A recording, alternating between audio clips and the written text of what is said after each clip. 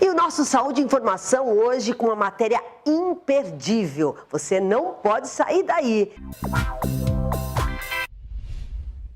E o nosso Saúde e Informação, como prometido, vocês pediram e a nossa pauta sobre enxaqueca vai continuar. E é com ela, claro, a doutora Aline Turbino, que é a neurologista, que foi muito esclarecedora no nosso primeiro programa. E hoje nós vamos continuar, né, doutora? Tudo bem? Tudo bem. Foi um sucesso, viu? Muitas perguntas, é isso que a gente precisa, né? Ter um programa esclarecedor sobre as doenças e saber falar sobre elas, né? Agora, hoje, nós vamos abordar a enxaqueca crônica com insônia, fibromialgia, a depressão e esse risco de suicídio, doutora. Quero que a senhora explique muito bem, porque nós tivemos muitas perguntas sobre isso, né? A enxaqueca relacionada com essas doenças. Então, é com você. Então, o processo inflamatório, né, dessa liberação, desse excesso de liberação de substâncias que causam inflamação cerebral são capazes de mudar o nosso comportamento e causar ativação de múltiplas áreas do cérebro que são responsáveis por esses sintomas. Então, com frequência, os pacientes que têm dor crônica por aquele processo de mais de 15 dias de dor no mês apresentam, por exemplo, alterações em regiões do cérebro que predispõem eles a terem insônia ou terem dificuldade de dormir. O processo de dificuldade de dormir gera dificuldade de concentração, gera falta de memória nesses pacientes e gera com que eles já acordem cansados, por exemplo, pela manhã.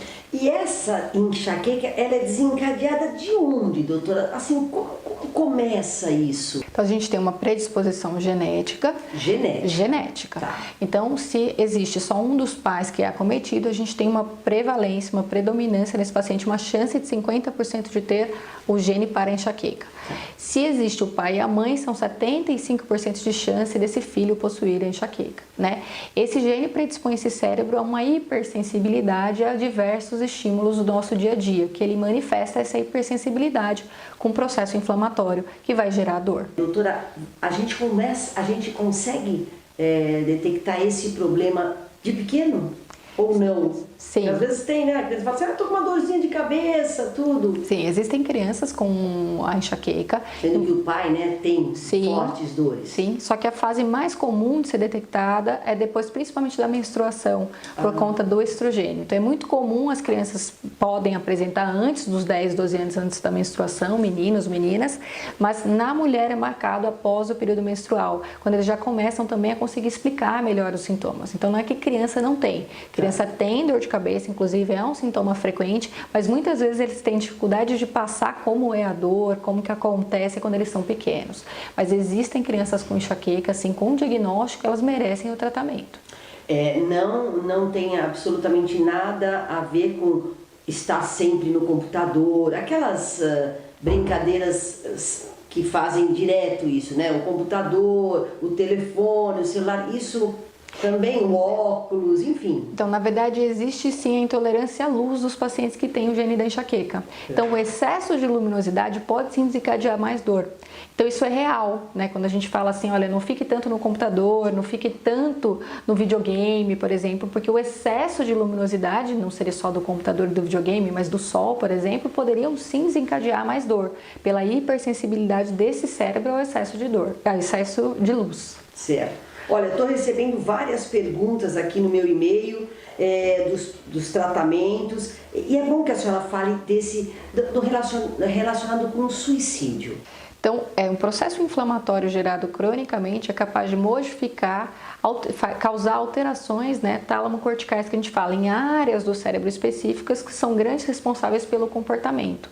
Então, possuir essa hiperatividade cerebral nessas áreas específicas causa alterações de humor, causa, assim, tendência maior à depressão, a transtorno ansioso, à bipolaridade. Esses pacientes têm uma taxa de suicídio 3 vezes maior do que da população em geral. Doutora, em relação a esses fatores psiquiátricos, o tratamento é específico, certo? Sim, então tratar a enxaqueca crônica faz parte desse processo de melhora desse paciente, porque a gente vai parar de fazer esse processo de hiperativação e hiperinflamação desse cérebro.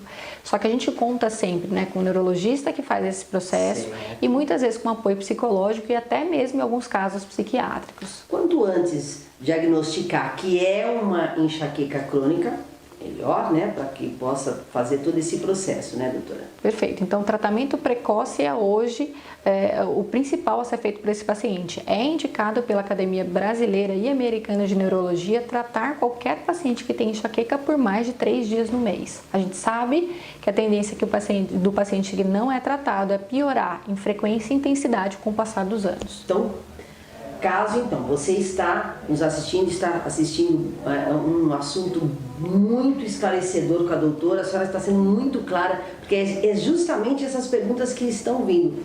Eu tenho enxaqueca 3 vezes no mês, muito mais do que isso. Já está com uma enxaqueca crônica? Pelo que a senhora está explicando, senhora não, né? Você...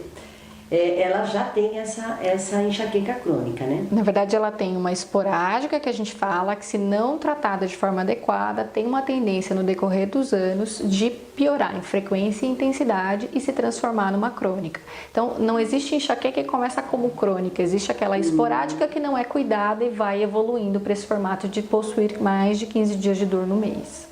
Então é sempre bom você procurar sempre um bom médico, né? Doutora Aline está aqui à sua disposição, pode mandar suas perguntas, ela vai estar participando ao longo do nosso Saúde e Informação outras vezes, com absoluta certeza. Muito obrigada pela sua participação, viu, doutora Aline Turbino? Ela é neurologista e o nosso Saúde e Informação sempre cheio de coisa boa. Volta já já.